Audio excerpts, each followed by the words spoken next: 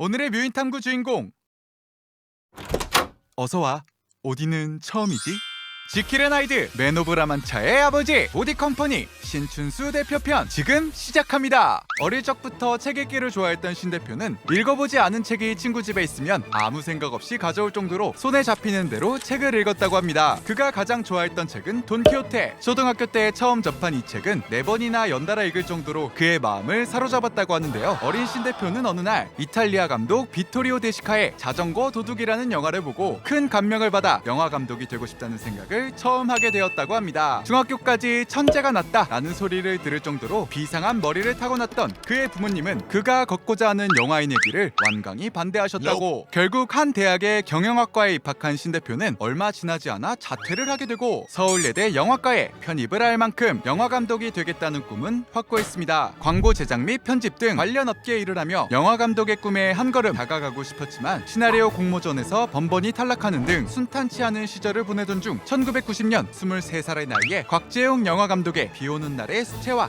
조감독을 맡기도 합니다. 이후에 다양한 작업 제의가 들어오지만 당시 10년간 조감독을 거쳐 정식 감독이 되는 충무로의 도제식 구조를 이해할 수 없었고, 그러던 중 1996년 뮤지컬 레미제라블의 초연을 보며 뮤지컬의 매력에 푹 빠져버린 그는 친구들과 기획사를 차려 직접 쓴 안녕 비틀즈라는 창작 뮤지컬을 과감히 무대에 올리기도 합니다. 하지만 당시 안녕 비틀즈의 주인공이었던 이석준 배우의 한 인터뷰에 따르면 정말 관객이 하루에 2~3명씩 드는 날도 있었어요 라고 말할 만큼 결과는 썩 좋지 않았다고 합니다. 의지의 아이콘 신 대표는 실패에 좌절하는 대신 그렇다면 뮤지컬 제작 기초를 더 다지고 배우면 되겠구나 라며 당시 설앤컴퍼니의 설도윤 대표 밑에서 뮤지컬 제작 전반을 배우기 시작합니다. 그러던 중 갑자기 찾아온 폐혈증에 쓰러져 3주 만에 병원에서 누들뜨기도 했던 신춘수 대표. 그는 그때 당시를 떠올리며 죽어도 신춘수표 작품을 만들고 죽어야겠다라는 생각이 들었다고. 그렇게 2001년 갓 30을 넘긴 신 대표는 새로운 공연 예술의 문을 연다라는 뜻을 담아 오픈 더 도어의 약자 오디 컴퍼니를 설립하게 되고 뮤지컬 사랑은 비를 타고를 시작으로 뮤지컬 제작자로서의 본격적인 행보에 돌입합니다. 또한 2004년 한국 뮤지컬사의 길이 남을 역사적인 뮤지컬 한 편이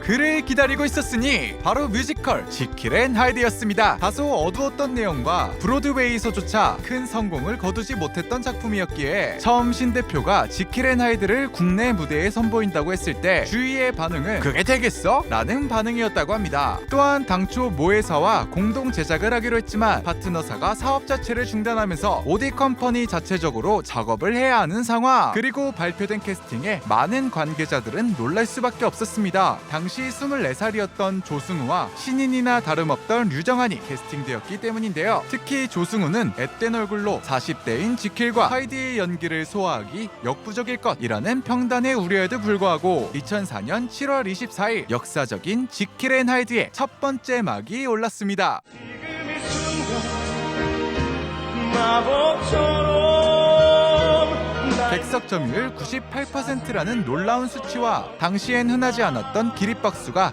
공연 전회차에 터져나온 것도 모자라 조승우 신드롬, 지킬 신드롬과 더불어 뮤지컬은 모르지만 지금 이 순간은 안다 라는 말이 나올 정도로 지킬 앤 하이드의 공연은 성황리에 마무리되며 지금까지 수많은 뮤지컬 스타들이 거쳐간 꿈의 무대로 자리매김했습니다. 또한 신춘수 대표는 논 레플리카 작업 형식으로 여러 결과물을 선보였는데 대사 하나, 심지어 의상의 단추 하나도 맘대로 옮길 수 없는 레플리카 방식과는 달리 기본 구조는 가져오되 세부 사항을 관객에게 맞출 수 있는 권리를 고집하며 오리지널 프로덕션들과 기나긴 협의 과정을 거치기도 한다고. 때문에 관객의 호평을 받으며 그리스, 올슈거, 드라큘라, 스위니 토드 등 오디 컴퍼니는 국내 뮤지컬 제작사 중 가장 많은 작품을 보유한 제작사로 공연 참 잘 만든다 라는 평을 받는 컴퍼니로 성장했습니다. 이에 그치지 않고 2009년 뮤지컬 드림걸즈의 판권을 사들여 미주 투어를 성사시키는가 하며 2014년엔 한국 프로듀서로는 최초로 뮤지컬 홀로이프야 히어미의 리드 프로듀서로 참여해 세계시장 개척에 대한 끊임없는 도전을 이어가며 한국인 최초 브로드웨이 리그의 정회원이 되기도 했습니다. 2021년 신춘수 대표는 해저 이만리 소설을 기반으로 한 캡틴 니모라는 창작 뮤지컬을 준비하고 있다며 향후 어느 시장에서든 경쟁력 있는 제작사가 되는 것을 목표로 지속적인 노력을 약속했습니다. 맨 오브 라만차나 레미제라블처럼 문학성을 띤 작품을 만들어 토니상 수상자가 되는 것이 목표라는 신춘수 대표. 대한민국을 길이길이 빛낼 앞으로의 멋진 행보를 응원합니다.